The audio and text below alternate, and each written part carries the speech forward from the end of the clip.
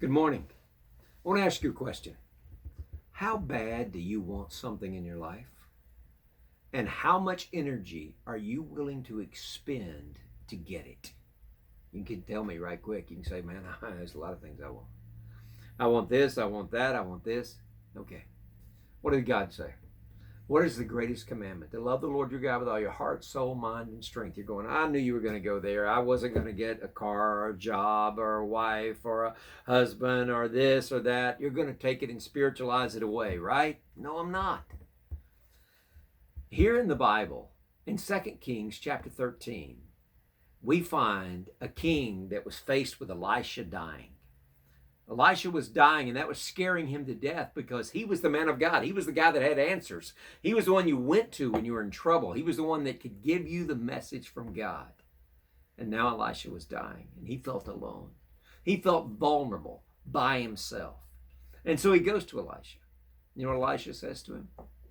And they had been attacked by the Syrians all this time and then plundered by them, and had been back and forth, and they didn't know what was going to be the outcome of the kingdom. And here's what Elisha said. He said, come over here. Let me put my hands on your hands. Let me put them on your bow. And now I want you to go stand there in the window, and I want you to shoot out that window. And so what did he do? He called it, he says, the arrow of the Lord's deliverance. He said, for you must strike the Syrians at Ephek until you've destroyed them. Take these arrows. So he took them. And he said, shoot them out, strike the ground. So he went out there, and what he did is he pulled it back and he shot 3 times. And then he said basically to Elisha, okay, I did it. And you know what Elisha said? He was very troubled. He was angry. He said, you should have struck it or pulled back that bow 5 or 6 times. Then it would have been enough for you to totally have destroyed your enemy. But because you only did it halfway, you're going to have trouble with them. Now, what is that saying to me?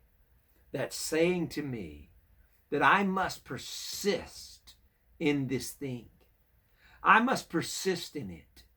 I must stay with it in order to get it. You see this in sports. You see this in so many things. Give upness. I didn't get it. You didn't, how bad did you want it?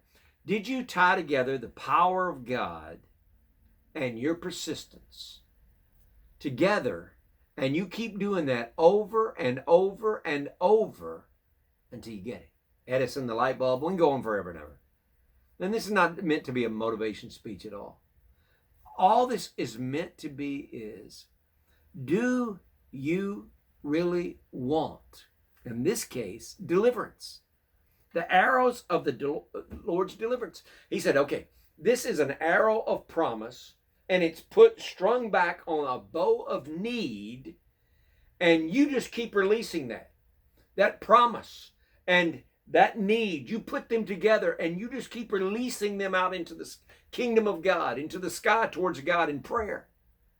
You keep doing that, and you keep trusting God, and you keep staying with it, and you're going to get what it is that you want within the will of God, obviously. But here we find the secret. It is energy applied with the promise of God, that if we'll keep applying the energy necessary in order for God's promise to come true, all we need is time. Keep doing it. You should have done it 5 or 6 times. You only did it 3. You should have stayed after it.